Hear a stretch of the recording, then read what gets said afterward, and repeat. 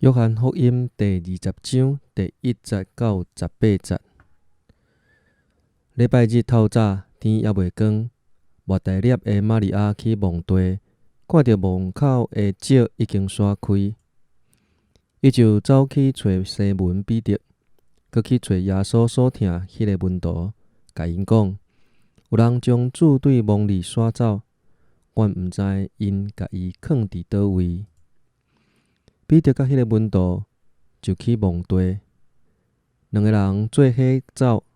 迄个门徒比彼得走较紧，先到墓里。伊压落去看墓内，看到幼抹布囥伫遐，不过无入去。西门彼得随后嘛到，入去墓内，伊看到幼抹布囥伫遐，嘛看到包扎耶稣头壳的巾无甲幼抹布囥做伙，更得另外囥。先到墓，迄个门徒嘛入去，看了就信。因还未了解圣经的话，讲伊一定着对死人中搁活。然后，迄两个门徒转去因兜。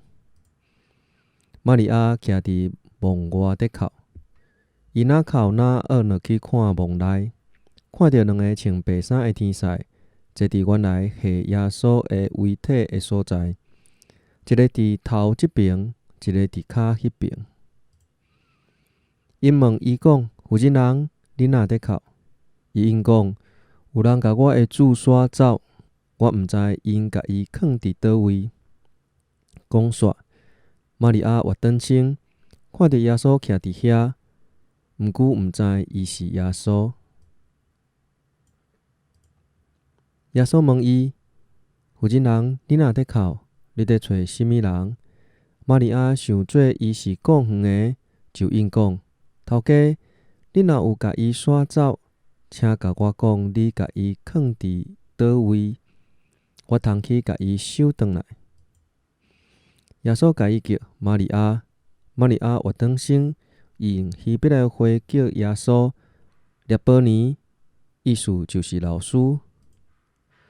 耶稣甲伊讲：毋通甲我擒咧，因为我还未上去爸遐。你着去甲我的兄弟讲，我要上去我的爸，嘛是恁的爸；我的上帝，嘛是恁的上帝遐。